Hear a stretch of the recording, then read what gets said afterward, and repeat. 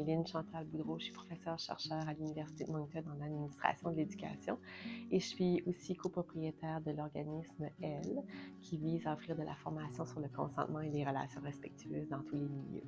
Si on est dans une approche d'éducation à la sexualité positive, c'est que ça met en lumière des connaissances, les connaissances qui sont importantes pour que chaque individu puisse faire des choix éclairés au niveau de sa santé sexuelle.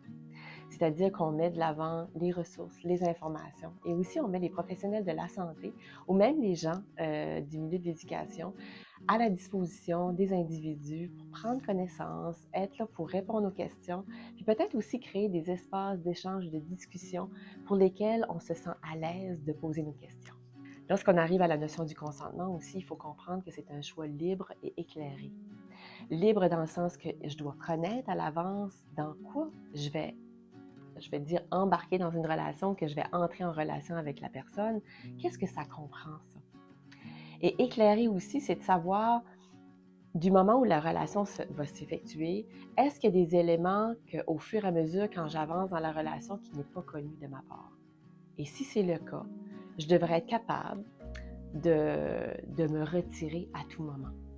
C'est-à-dire, mon choix est irrévocable, dans le sens que s'il y a des éléments nouveaux qui arrivent, je peux décider, sais-tu quoi, finalement, j'ai plus nécessairement le goût d'aller de l'avant dans l'activité qu'on est en train de faire. Et la notion du consentement, elle doit être aussi explicite. Explicite, c'est qu'elle doit être bien expliquée à la personne. Pas qu'il y a d'autres enjeux non plus qui arrivent en cours de route.